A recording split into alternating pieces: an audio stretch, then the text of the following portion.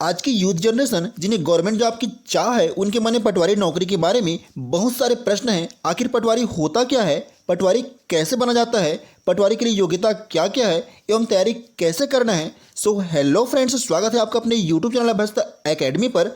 आज हम इस वीडियो के माध्यम से पटवारी से रिलेटेड आपके सभी सवालों और कन्फ्यूजन को दूर करने वाले हैं।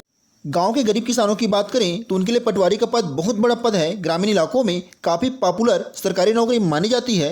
गांव के युवाओं में इस जॉब के लिए ज़्यादा क्रेज देखा जा सकता है, पर मन में कहीं ना कहीं इस पद की कार्यप्रणाली, पोस्टिंग, सैलरी, आयु, योग्यता, भर्ती प्रक्रिया व तैयारी कैसे करनी चाहिए, ये सभी सवाल घेरे रहते हैं। तो आप निश्चिंत होकर इस वीडियो को पूरा देखिए। पटवारी भर्ती की A to Z जानकारी आपको मिलने वाली है, जिसे देखने के बाद इस नौकरी को लेकर आपके मन में कोई सवाल नहीं रहेगा। आज का यह वीडियो महत्वपूर्ण जानकारी के साथ आपके लिए बहुत खास होने वाला है। वीडियो अगर आपको पसंद आए तो वीडियो को लाइक करना बिल्कुल न भूलें। कुछ सवाल या सुझाव हो तो कमेंट में ज़रूर बताएं। अगर आपने अभी तक हमारे यूट्यूब चैनल को सब्सक्राइब नहीं किया है तो चैनल को सब्सक्राइब करके बेल आइकन को प्रेस कर दें। हम इस चैनल पर आपको पटवारी की पूरी तैयारी, नोट्स, PDF और वीडियो क्लास अवेलेबल करवाएंगे। अगर आपने अभी तक हमारे टेलीग्राम चैनल और व्हाट्सएप ग्रुप को ज्वाइन नहीं किया है तो जल्द से जल्द ज्वाइन कर लें। लिंक आपको डिस्क्रिप्शन में मिल जाएगा। सबसे पहले बात करें पटवारी की इतिहास की। आखिर पटवारी शब्द आया कहाँ से, इसकी शुरुआत कहाँ से हुई, तो एक बात जान ले, पटवारी प्रणाली इसकी शुरुआत अफगान शासक, ध्यान दीजिएगा, अफगान शासक शेर शाह सूरी के शासनकाल में, जिसका शासनकाल 1540 से 45 के आसपास था, उस समय हुआ था। राजा टोडरमल, ध्यान दीजिएगा, राजा टोडरमल शेर शाह सूरी के दरबार में भू अभिलेख का मंत्री था। उन्हीं के द्वारा जमीन संबंधी कार्यों के संपादन हेतु पटवारी का ये पद, इस पद की स्थापना किया गया था। बाद में फिर मुगल शासक अकबर के शासनकाल में इस प्रणाली को ज़्यादा महत्व दिया गया। 1917 की बात करें तो सरकार के सरकारी प्रतिनिधि, ध्यान दीजिएगा, सरकार के सरकारी प्रतिनिधि के रूप में लेखापाल जिसको आज पटवारी बोला जाता है, इसकी नियुक्ति किया गया था। आशा करता हूँ आपको पटवारी का इतिहास अच्छे से समझ आया होगा।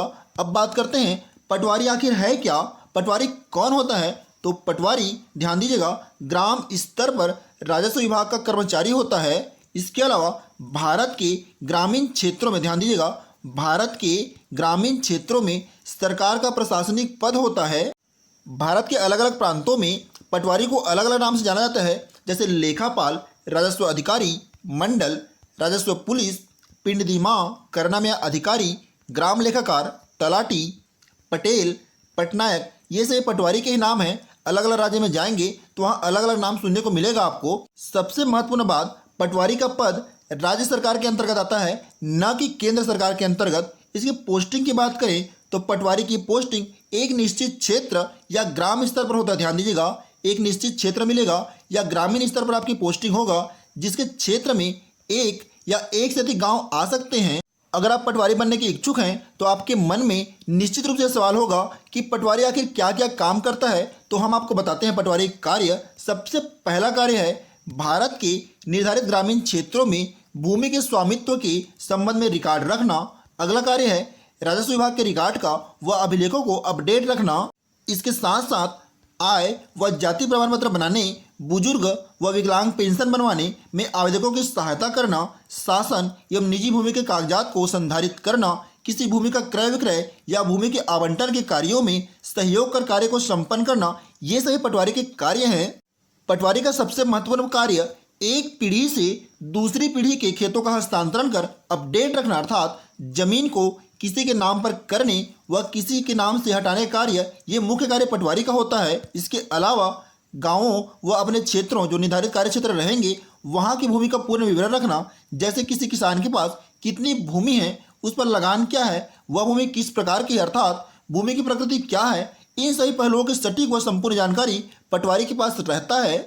इसके अलावा अगर कोई आपदा की स्थिति बनती है तो आपदा प्रबंधन अभियानों में सहयोग कर अपनी सक्रिय भूमिका निभाना, ये भी पटवारी का कार्य है। साथ साथ विभिन्न राष्ट्रीय कार्यक्रमों के साथ साथ कृषि गणना, पशु गणना व अन्य आर्थिक सर्वेक्षणों में सहयोग देना, ये भी पटवारी का कार्य होता है। इसके अलावा खेती किसानी व जमीन संबंधी समस्त निर्धारित कार्य व फसल बीमा आदि के दावे स्वीकृत करवाना भी पटवारी का ही कार्य है।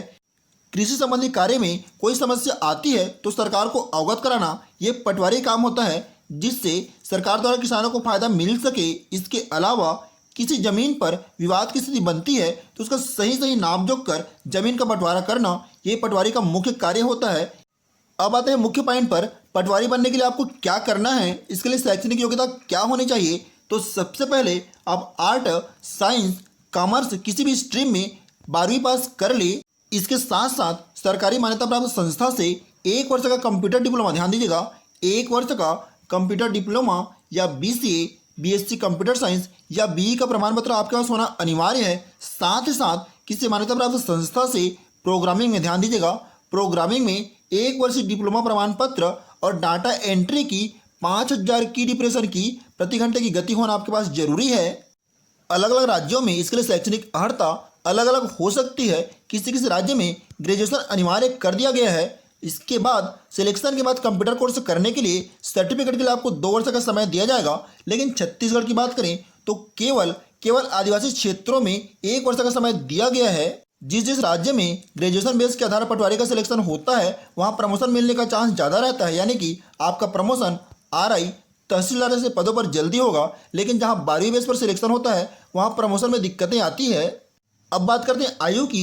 इस पद के लिए आपकी आयु कितनी होनी चाहिए, तो न्यूनतम 18 वर्ष से कम और 40 वर्ष से अधिक नहीं होना चाहिए। लेकिन अलग अलग राज्यों में आयु की जो गणना है वो अलग अलग हो सकती है। अब बात करते हैं भर्ती प्रक्रिया, यानी आपका चयन प्रक्रिया, सिलेक्शन प्रोसेस क्या रहेगा। तो सबसे पहले राज्य सरकार द्वारा सीधी भर्ती की नोटिफिकेशन जारी की जाएगी। उसमें ऑनलाइन आवेदन आमंत्रण किए जाएंगे, उसमें आपको ऑनलाइन आवेदन करना है। उसके बाद आपको एग्जाम की सिलेबस वाइज तैयारी करनी है। फिर लिखित परीक्षा होगी। उस परीक्षा के परिणाम में आपको सफल होना है। अगर आप सफल होते हैं तो 1 वर्ष के प्रशिक्षण के लिए आपको भेजा जाएगा। उसके उपरांत, प्रशिक्षण के उपरांत ही आपकी नियुक्ति होगी। लिखित परीक्षा का माध्यम हिंदी और इंग्लिश दोनों रहता है। कहीं कहीं पर ध्यान दीजिएगा, कोई राज्य में साक्षात्कार यानी इंटरव्यू का नियम भी है। ट्रेनिंग कंप्लीट होने के उपरांत 3 वर्ष की परीक्षा अवधि के लिए आपकी नियुक्ति होगी। उसके बाद निश्चित क्षेत्र का आपको कार्यभार सौंपा जाएगा। पटवारी की सैलरी, वेतनमान की बात करें तो C ग्रेड यानी कि लेवल 6 रहेगा।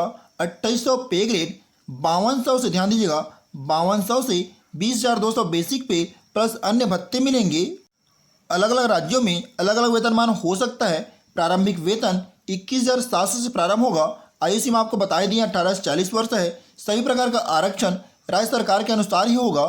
अब बात करते हैं आखिर आपको पटवारी बनना है तो इसकी तैयारी कैसे करना है, कैसे पढ़ाई करनी है। तो सबसे पहले आप परीक्षा के प्रारूप यानी कि एग्जाम पैटर्न और परीक्षा के जो सिलेबस है उसकी पूरी डिटेल जानकारी हासिल करने, ध्यान से समझें, फिर तैयारी प्रारंभ करें। यानी कि आपका कॉन्सेप्ट क्लियर रहना चाहिए, सिलेबस की पूरी डिटेल जानकारी रहनी चाहिए, उसी के अनुरूप आपको तैयारी प्रारंभ करनी है। जो प्रीवियस ईयर के पेपर रहते हैं, ओल्ड क्वेश्चन पेपर, उसको आपको सॉल्व करके देखना है, उसको पैटर्न को समझना है, कैसे प्रश्न बनते हैं। पिछले वर्ष के पेपर हल करने से आपको परीक्षा पैटर्न, अंग आवंटन और विषय के महत्वपूर्ण फैक्ट की जानकारी प्राप्त होगी। आप में कॉन्फिडेंस आएगा कि मैं ये कर सकता हूँ।